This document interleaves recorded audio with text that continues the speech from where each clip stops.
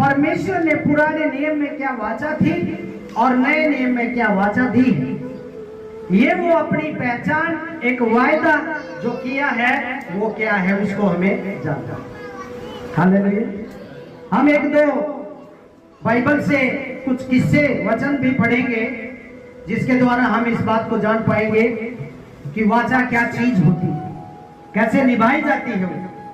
पुराने नियम में वाचा होती थी, एक तंबू में सेवा की जाती थी।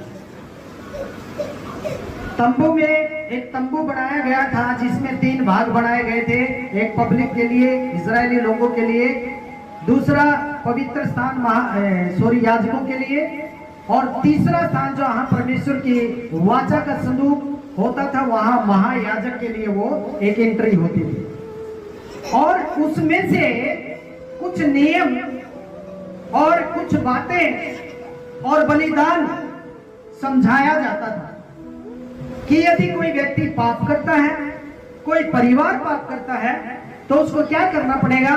बलिदान करना पड़ेगा। हालेलुया।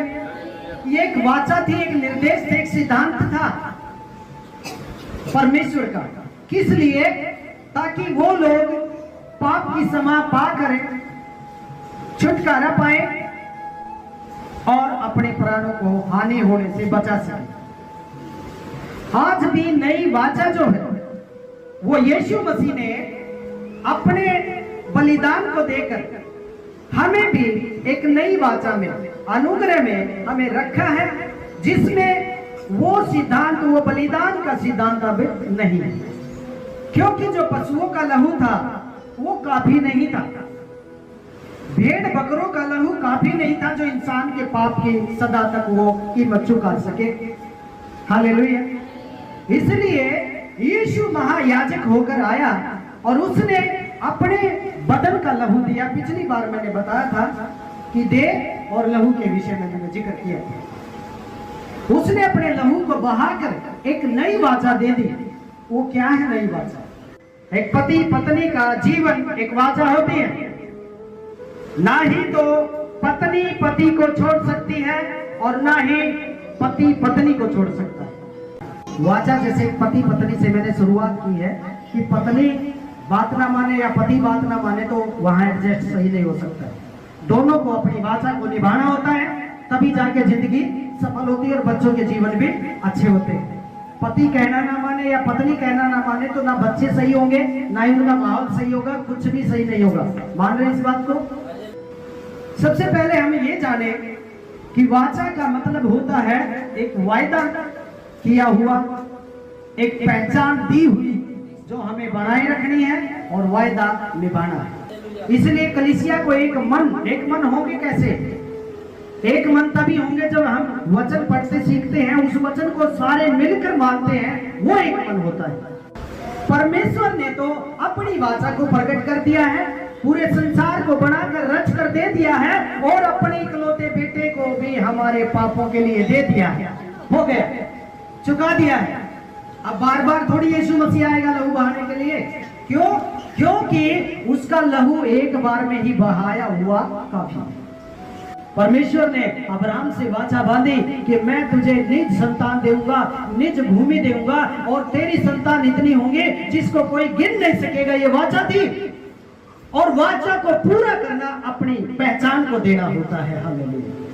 चाहे वो पुरानी वाचा हो परमेश्वर की जो व्यवस्था की थी, चाहे आज अनुग्रह की वाचा है, एक ही बात सिखाती है,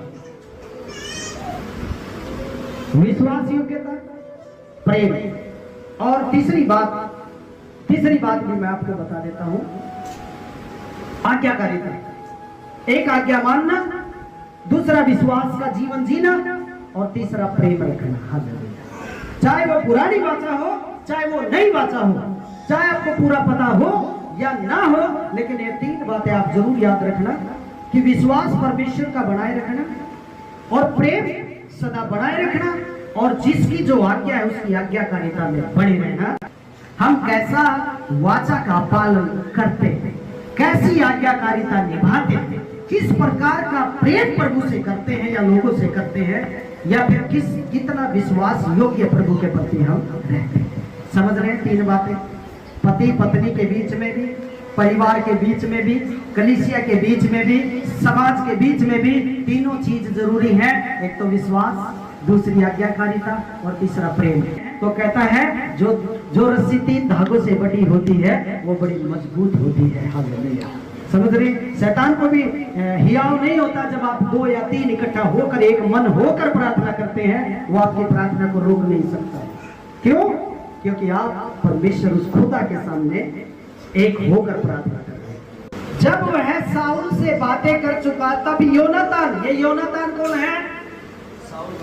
साउल का बेटा। यानी कि साउल राजा है तो साउल के बाद उसका बेटा ही राजा होगा। तब योनातान का मन दाऊद पर ऐसा लग गया। दाऊद कौन है? ये दाऊद प्रभु का अभिषिक्त जन है। योनातान साउल का बेटा है, साउल राजा है। साउल के बाद योनातान का अधिकार है कि वो राजा बने, लेकिन इस योनातान का मन किसके ऊपर लग गया? दाऊद के ऊपर। दाऊद तो एक चरवाहा था, लेकिन जब योनातान को पता चला कि दाऊद का अभिषेक हो चुका है पवित्र आत्मा से, तो उसने सपना छोड़ दिया राजा बनने का। हालेलुया। उसने सपना छोड़ दिया और उसका मन दाऊद से प्रेम करने लगा। हालेलुया।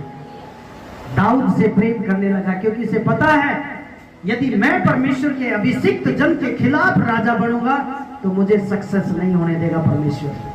यहाँ पर क्या क्या करता है वो वाचा को पूरी करने के लिए, और वाचा तभी निभाई जाती है जब आप किसी से प्रेम करेंगे। उसकी आज्ञाकारिता में तभी बने रहेंगे जब आप प्रेम करेंगे। पत्नियां पति से प्रेम करेंगे तो घर बसा सकती है, पति पत्नी से प्रेम करेंगे तो सारी जरूरतें पूरा कर सकते हैं। हालेलुया। यदि आपके अंदर विश्वास, प्रेम, आज्ञाकारिता नहीं है, भूल जाइए आपके बीच में कोई वाचा प्रभु की। इन तीनों चीजों को याद रखना मेरे प्रिय भाई।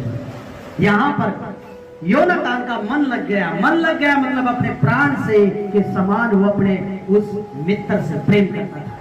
उसे पता चला जब कि मैं राजा बनने का मेरा मकसद नहीं है, जब परमेश्वर ने ही इसका अभिषेक कर रखा है तो मैं राजा किस बात के लिए बनूंगा। उसने नफरत नहीं की, जबकि लोगों ने सोचा होगा कि योनातान, अब इसे पता चला है कि दाऊद का अभिषेक हुआ है तो योनातान ईर्ष्या करेगा, इससे नफरत करेगा। लेकिन नफरत नहीं की योनातान ने, उसने वाचा बांध दी इसके से। वाचा क्यों बांध दी? क्योंकि दाऊद को अपने जी जैसा प्रेम करता था। हालेलुया। जबकि उसका भाई भी नहीं था, वो सिर्फ एक मित्र था। यहाँ पर योनातान क्या करता है?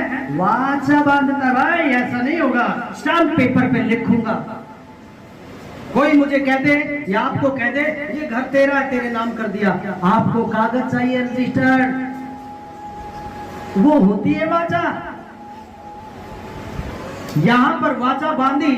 वाचा बांधने का मतलब पूरा करना, अपने पहचान को प्रकट करना कि मैंने किया है। यीशु ने अपनी पहचान को प्रकट किया। कैसे किया?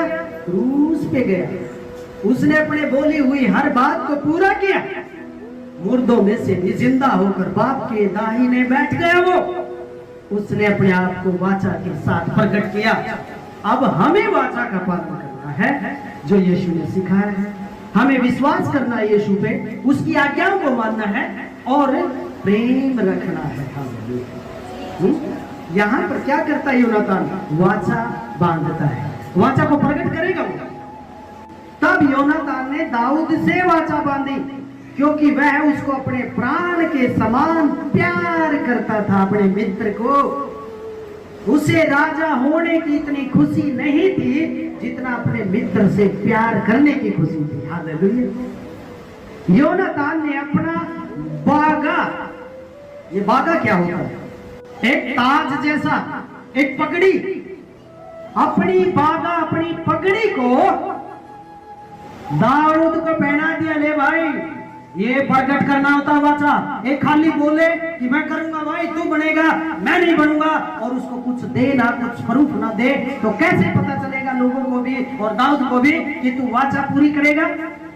ले भाई, अभी पूरी ले, ये पगड़ी पहन,